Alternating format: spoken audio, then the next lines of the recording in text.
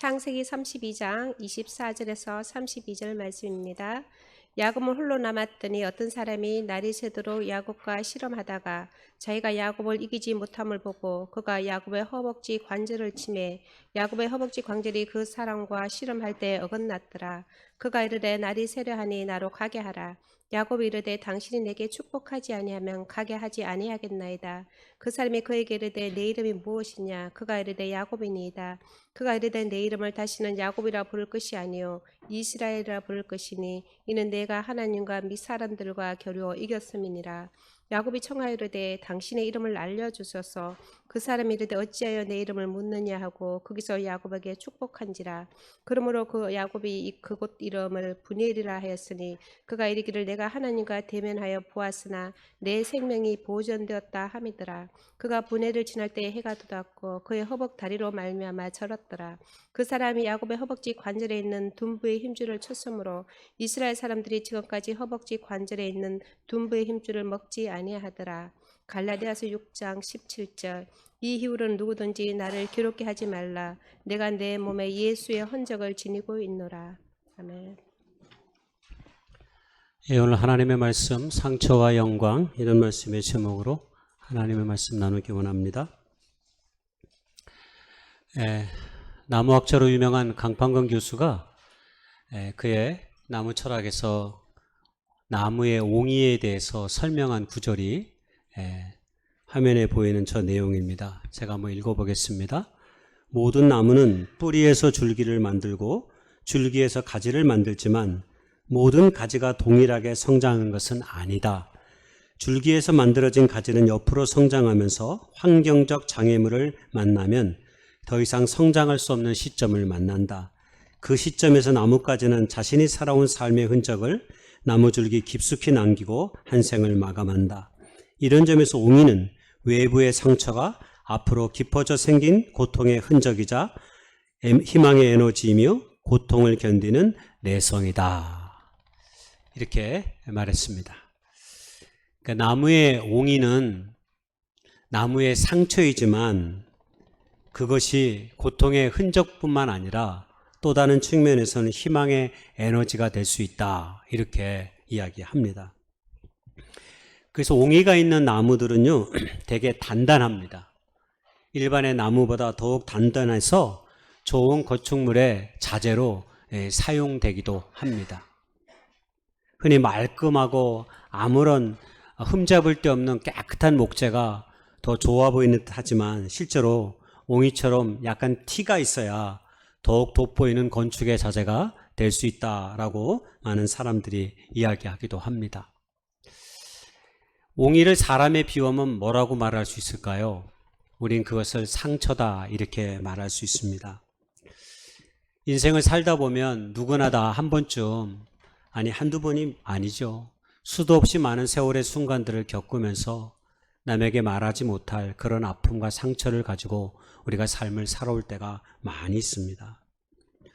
때로 그 상처 때문에 우리가 절망해하고 낙심해하기도 하지만 때로 어쩌면 그 상처 때문에 우리의 삶의 순간들을 더욱 아름답게 소중하게 여기는 마음이 우리의 인생 가운데 있기도 합니다.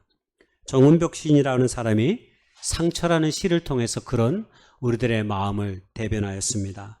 사람이 한 세상 살아가는 일이 수많은 상처로 얼룩지는 일이겠지만 신기하게도 그럭저럭 아무는 상처들, 어느 날은 상처가 깊어 이 가슴 스르르 무너지다가도 어느새 아픈 상처 문득 바라보면 너더분한 상처 자국이 하나도 밉지 않아 내 남루한 생의 빛나는 보석 같다.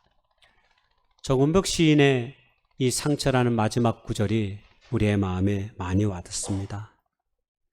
상처가 지난 우리의 삶의 순간들을 뒤돌아보면 내 남루한 생의 빛나는 보석처럼 여겨질 때가 있거든요. 우리가 잘 알고 있는 유명한 노벨 문학상을 수상한 해밍웨이는 무기여 자리거라에서 이렇게 말한 바가 있습니다. 세상은 모든 사람을 부러뜨린다. 그리고 그 후 많은 사람은 그 부러진 곳에서 강해진다. 그렇습니다. 어떤 사람이 상처를 받으면서 인생의 삶의 순간들을 살아가고 싶을까요? 그런 사람은 한 사람도 없습니다. 근데 살다 보면 이런저런 많은 장애물을 만나고 어려움이 다가옵니다. 그리고 그 가운데서 우리도 모르게 상처를 많이 받습니다. 가까운 이들에게 상처를 받기도 하고 하던 일들이 무너져서 자신의 삶을 한탄하게 해보기도 하고 이런저런 크고 작은 내용들로 우리의 삶을 괴롭게 하고 넘어지게 하기도 합니다. 물론 많은 사람들은 상처 없는 삶을 꿈꿉니다. 우리는 그것을 세상에서는 영광이라고 말합니다.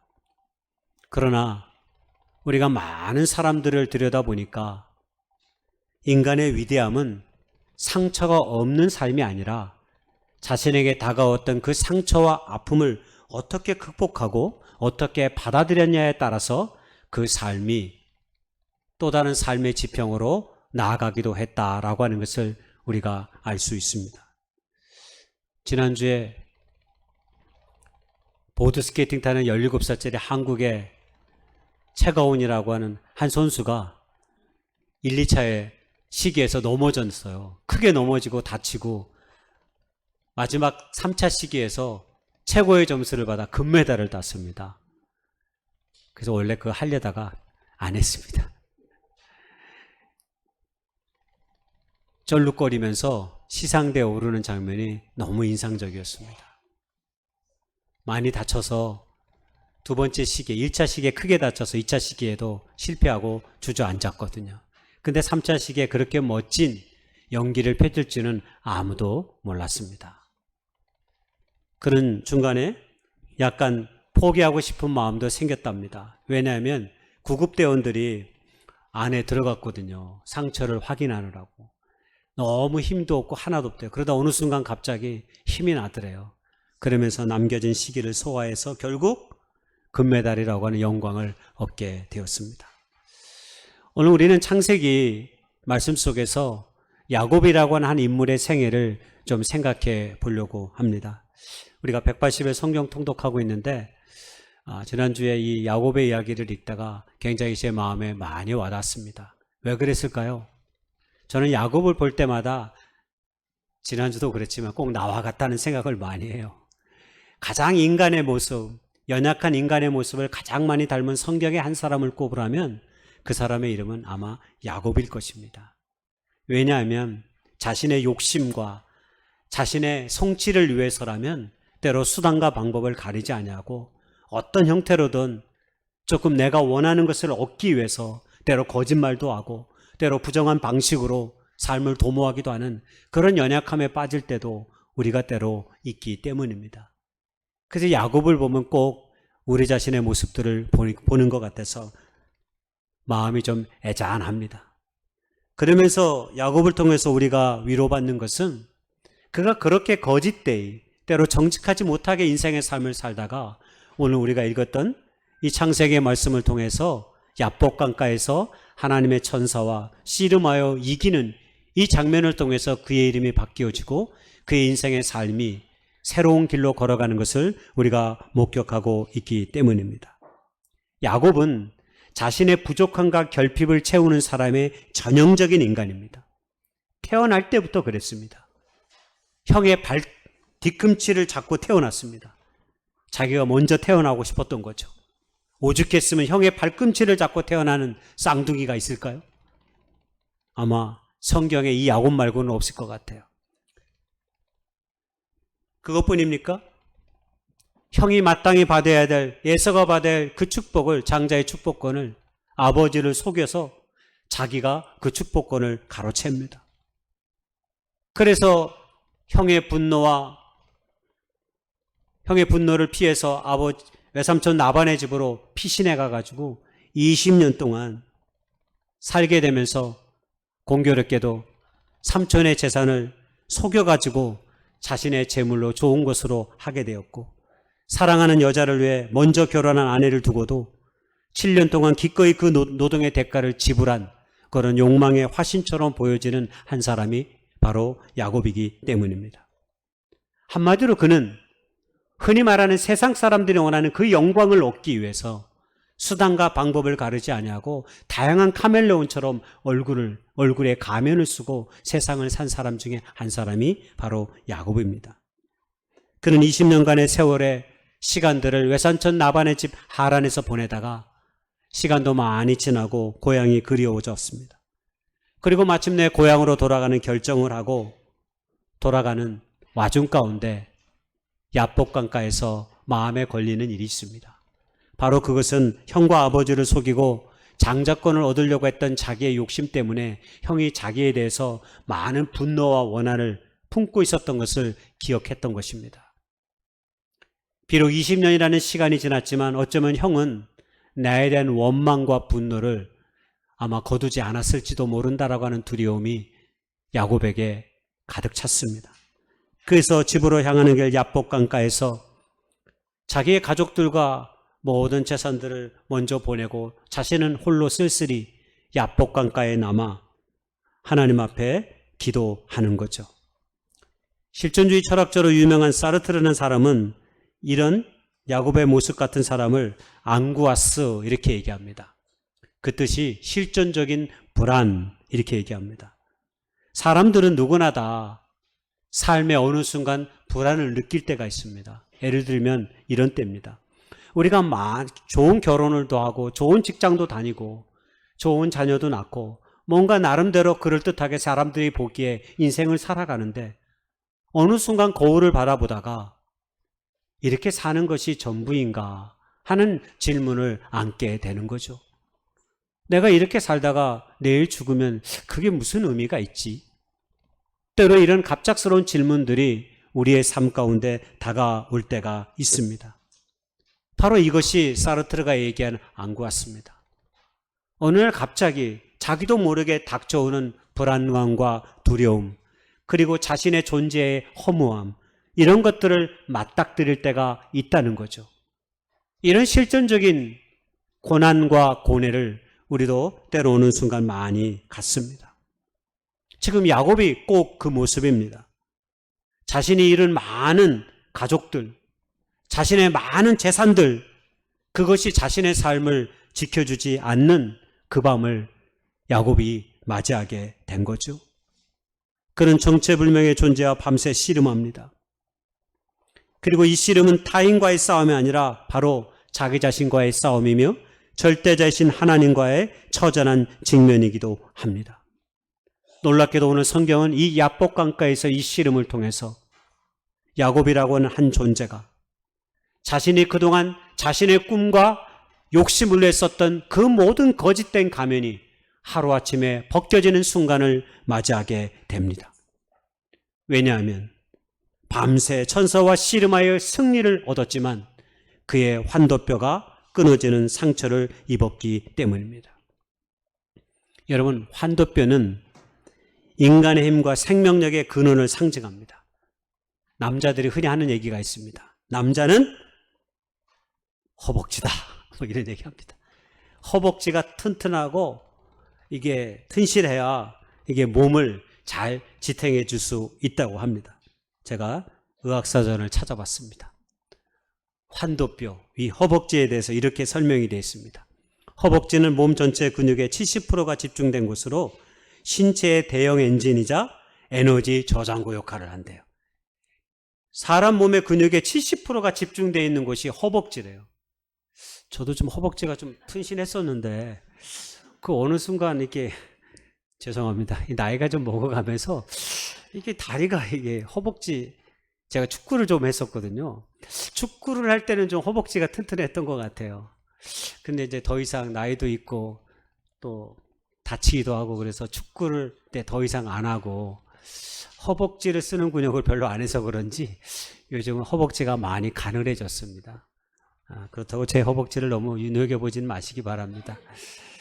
남자들은 그래서 허벅지가 튼튼해야 된다 이런 얘기 많이 해요. 그래서 가끔 여러분 프로그램에 보면 TV 프로그램은 이렇게 서로 허벅지를 딱 사이에 놓고 막 서로 벌리기 뭐 좁히기 하는 그런 싸움하는 거 보신 적 있죠? 예. 예, 잘났다고 하는 것입니다. 그게 다 남자들의 어떤 힘을 상징하는 거죠. 그래서 허벅지가 그렇게 중요하답니다.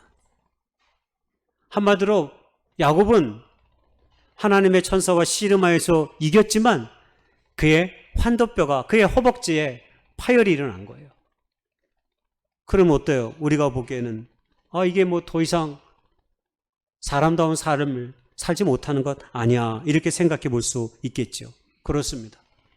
야곱에게 환도뼈가 끊어졌다는 것은 그동안 자신의 힘으로 다른 사람을 속이면서까지 자신이 얻으려고 했던 그 모든 자신의 욕심과 그 욕망과 그 자아가 완전히 하나님 앞에서 꺾여진 것이다 라고 말할 수 있는 거죠. 그래서 그는 얻게 된 상처가 바로 쩔룩거림이었습니다. 그는 환도뼈가 끊어져서 정상적인 걸음을 더 이상 걸을 수 없게 되었습니다. 근데 하나님께서 놀랍게도 그의 환도뼈를 끊어진 이후에 그에게 새 이름을 줍니다. 바로 그 이름이 이스라엘이란 이름입니다. 12지파의 조상이 되고 오늘날 지금의 이스라엘을 낳게 한 그 아버지, 그 인물이 바로 야곱입니다. 야곱이 이런 과정을 통해서 지금의 이스라엘이 존재한다는 것을 생각해 보면 얼마나 의미가 있는지 모르겠습니다. 이스라엘이라는 이름은 이제 더 이상 야곱이라고 하는 자신의 힘이 아닌 하나님의 도우심이 없이는 단 한순간도 살 수 없는 존재의 힘을 자신의 상처난 환도뼈의 끊어짐을 통해서 확인하게 된 것이죠. 그는 남은 인생을 쩔뚝거리며 살게 되었습니다. 그런데 성경은 뭐라고 얘기하냐면 창세기 32장 31절에 그가 분이엘을 지날 때 해가 돋았고 그의 허벅다리로 말미암아 절었더라. 환도뼈가 끊어진 야곱이 하나님의 천사와 씨름하여 새 이름을 얻고 나아가려고 할 때 해가 그의 머리 곁에서 돋았다는 것입니다. 새로운 삶의 빛이 그의 삶 가운데 비춰지고 있다고 하는 사실을 은유적으로 보여지고 있는 것이죠. 바로 이것이 상처 입은 영광입니다. 아마 과거의 야곱이었다면 부러진 다리를 수치스러워했을 것입니다. 절룩거리는 자신의 형편과 삶을 아마 아파했을 것입니다. 그러나 이스라엘이 된 그는 자신의 절뚝거림을 숨기지 않습니다. 어쩌면 그의 절뚝거림은 하나님을 만났다는 가장 확실한 증거이고 신의 흔적이기 때문입니다. 제가 좋아하는 영성가 헨리 나우엔이 예수님을 상처 입은 치유자 이렇게 말했습니다. 상처 입은 치유자라는 책에서 예수님을 얘기하는데 예수님은 상처 입은 치유자 이렇게 얘기합니다. 그러면서 그 예수를 믿는 우리도 똑같이 그리스도 안에서 상처 입은 치유자가 되어야 된다라고 말합니다. 무슨 말입니까? 우리가 모든 것이 완벽해서 건강해서 우리가 누군가를 섬기고 돌보는 자가 아니라 우리도 때로 세상 한가운데 살다 보면 상처를 입고 고통을 당하기도 하지만 그것을 숨기는 자가 아니라 때로 드러내면서도 결국 다른 이의 상처를 진정으로 이해하고 치유할 수 있다라고 하는 그런 삶의 과정에 이르게 된다는 것입니다. 그래서 고통당하는 자가 가장 고통당하는 자의 아픔을 잘 이해할 수 있는 것입니다.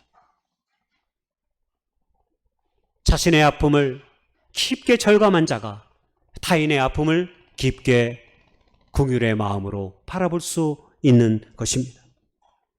캐나다의 시인이자 가수인 레오나르드 코헨이 그의 노래에서 모든 것에는 틈이 있다. 빛은 바로 그곳으로 들어온다 그랬습니다. 그렇습니다. 우리가 세상을 살다 보면 우리가 가지는 상처, 우리가 가진 연약함 때문에 우리가 넘어지고 깨어질 때가 많이 있습니다.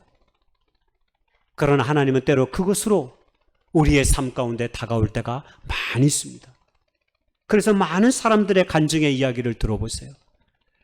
잘 나갈 때 하나님의 영광을 노래한 사람보다는 자신의 삶의 생채기가 나고 고통스러운 삶의 지경을 건널 때 주님을 만나 새로운 삶의 도약을 이끌었던 사람들의 고백이 많은 것입니다. 야곱이 그렇습니다. 이스라엘이란 영광스러운 이름을 그냥 얻어진 것이 아닙니다. 하나님의 천사와 씨름하여 얻어진 그 흉터는 그가 이제까지 살아왔던 삶의 모든 순간들을 새롭게 바꾸지 않으면 안 되는 하나님이 그에게 보여주신 새로운 어쩌면 영광이라고 말할 수 있겠죠. 성경은 놀랍게도 욕심 많고 남을 속이고 자신이 원하는 것을 얻기까지 치열하게 분투했던 한 사람을 통해서 그의 환도뼈를 끊어버림으로 이스라엘이라고 하는 그 민족의 이름을 지금까지 이스라엘에게 허락한 것 아니었습니까? 우리가 만찬을 할 때 도마에게 예수님께서, 부활하신 예수님께서 자신의 상처를 다 내보이셨습니다. 자신의 손과 자신의 옆구리를 내보임을 통하여서 도마는 그 예수를 믿었습니다. 그렇습니다. 우리 주 예수님도 부활하셨음에도 불구하고 그의 상처난 옆구리와 손바닥을 지우지 않으셨습니다. 왜냐하면 그 상처가 우리를 구원하는 힘이 되기 때문입니다. 때로 의심 많은 도마처럼, 그리고 우리에게도 말입니다. 사도 바울이 갈라디아 교회 성도들에게 편지를 보내면서 자신의 몸에 그리스도의 흉터를 가지고 있다라고 아까 말했습니다. 그의 흉터는 단순히 고생했던 흔적이 아니라 언제나 나와 함께 하시는 하나님의 역사를 헤아려 볼 수 있는 훈장으로 사도 바울은 받아들였습니다. 그래서 고린도후서 1장 10절에 바울은 그렇게 고백했습니다. 그가 이같이 큰 사망에서 우리를 건지시고 또 건지실 것이며 이후에도 건지시기를 그에게 바라노라. 그렇습니다. 우리가 그리스도 예수 안에서 구원받았다고 하는 것은 단순히 과거의 죄로부터 우리가 자유케 된 것으로 끝나는 것이 아니라 오늘과 내일의 모든 삶의 순간이 하나님의 은총의 보자기 속에 우리의 삶이 있다는 것을 인정하고 고백하며 사는 것입니다. 그러므로 우리가 작은 일에 두려워하지 않습니다. 어려운 일을 겪어도 우리가 그것으로 인해 넘어지지 않습니다. 왜냐하면 이미 우리의 삶을 구원하신 하나님께서 끝내 우리의 삶을 통해 이루실 일이 있음을 우리에게 말씀하시고 약속하셨기 때문입니다. 그러므로 믿음의 사람들은 우리에게 받은 상처를 상처로 남겨두지 않죠. 바로 하나님의 영광의 길로 나아가는, 때로 훈장으로 삼으며 나아가는 사람들이 믿음의 사람들인 것입니다. 야곱이 절뚝거리며 해돋는 분야를 향해 걸어갔듯이 우리도 그렇게 우리의 상처를 딛고 하나님의 영광을 향해 걸어가야 하는 것이죠. 그리고 그 영광의 삶을 야곱이 보여줍니다. 야복강가에서 환도뼈가 끊어진 아픔을 겪었던 야곱이 여러분 이 창세기 32장 이후에 어떻게 변화되어지는지를 성경은 우리에게 보여주고 있습니다. 단순히 그의 이름만 바뀐 게 아닙니다. 사람을 대하는 방식, 사람을 대하는 태도, 하나님에 대한 그의 마음들, 여러분 이 모든 것들이 야곱의 삶 속에서 새롭게 다가옵니다. 그리고 그러한 길을 걸어갑니다. 먼저 야곱은 야복강가에서 하나님의 천사에 씨름하여 드디어 꿈에 그리던 예서를 만납니다. 놀랍게도 예서는 자기 동생 야곱에 대한 원망이 하나도 없었습니다. 다 잃어버렸습니다. 다 잊었습니다. 너무나 반가운 아버지 얼싸안고 재회의 기쁨을 누립니다. 모든 것이 평안해진 그때 야곱은 에서에게 말합니다. 자신의 많은 가축들을 형과의 만남을 기뻐하면서 예물로 드리는 거죠. 그때 에서가 말합니다. 나 괜찮다. 내가 이미 가지고 있는 것이 너무 많다. 그러니 이거 필요 없다. 그때 야곱이 뭐라고 얘기하냐면 내가 하나님께 은혜를 입었사오니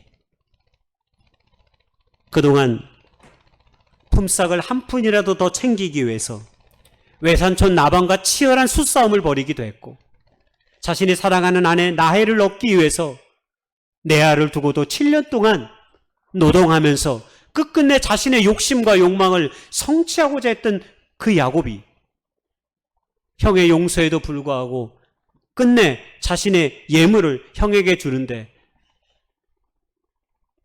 그 주는 태도가 바뀌는 거죠. 하나님께 내가 받은 은혜를 당신과 나누고 싶습니다 라고 말하면서 결국 형에게 자신이 많은 그 재물을 선물로 주는 것이죠. 자신의 소유가 이전에는 나의 노력과 힘으로 얻어진 것이라고 생각했던 야곱이 이제 야복강가에서 환도뼈가 끊어진 이후에 새로운 이스라엘이라는 이름으로 불림을 받은 이후에는 그는 자신의 소유가 아니라 이 모든 것들이 하나님의 영광 속에서 내게 주어진 것임을 깨닫고 하나님께 영광을 돌리기 위해 그 모든 재물을 겸손히 내려놓는 것이죠. 여러분, 그리스도를 살아가는 우리가 그렇지 않습니까? 우리가 주님을 만나기 전에는 내가 열심히 일하고 노동한 것으로 내게 얻어진 모든 것이라고 생각합니다. 그러나 우리가 주님 안에 우리의 믿음을 깊이 하면 할수록 우리는 그것이 내 것이 아니라 하나님이 나에게 잠시 맡겨주신 청지기적인 자세로 내게 주어진 모든 것을 바라보는 눈이 열리게 됩니다.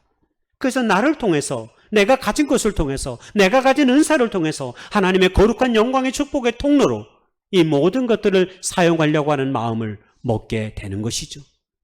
우리가 그리스도인 이름으로 살아간다면 말입니다. 야곱은 창세기 34장에서 영적으로도 정결한 하나님의 사람으로 변모됨을 보여줍니다. 그의 딸 디나가 하몰의 아들 세겜에게 욕보임을 당한 이후에 야곱의 아들들이 계략을 써서 세겜 성읍의 모든 남자들을 다 죽여버립니다. 그리고 주변의 족속들에게 미움을 사게 됩니다. 근데 이때 야곱은 장깨를 부리지 않습니다. 과거처럼 어떻게든 사람을 속일 생각하지 않고 가족들에게 이방 신상들을 다 버리고 자신을 정결하게 하며 의복을 바꾸어 입으라라고 말하면서 하나님이 말씀하신 곳 베델로 올라가 거기에 제단을 쌓습니다. 문제 해결을 위해 인간적인 책략을 세우기보다는 하나님과의 관계 회복이 우선순위다라고 하는 것을 깨닫기 시작하면서 그 일을 시작하는 것이죠. 야곱의 인생의 후반부는 어떻습니까? 더 극적입니다. 누군가를 끊임없이 속이는 자에서 누군가를 축복하는 자로 완전히 변모된 야곱을 보여줍니다. 노년에 그가 애굽의 통치자 바로를 만났을 때 야곱은 바로를 축복합니다. 그러나 또한 죽기 전에 요셉의 아들들과 자신의 아들들을 다 불러 하나하나씩 그들을 향한 축복과 애원의 기도를 남깁니다. 과거에 남의 복을 빼앗으려고 했던 사람이 이제는 자신이 갖고 있는 믿음의 권위로 남에게 복을 빌어주는 존재가 된 것입니다. 바로 이것이 그리스도 예수 안에서 새로운 이름을 얻은 사람의 모습인 거죠. 야곱이 이스라엘이 되듯이 오늘 우리가 그리스도인 이름으로 살아가는 우리에게도 마찬가지입니다.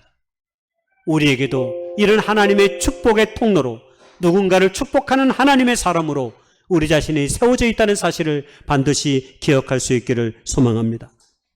상처가 야곱에게 야복강가에서 영광으로 변모했습니다.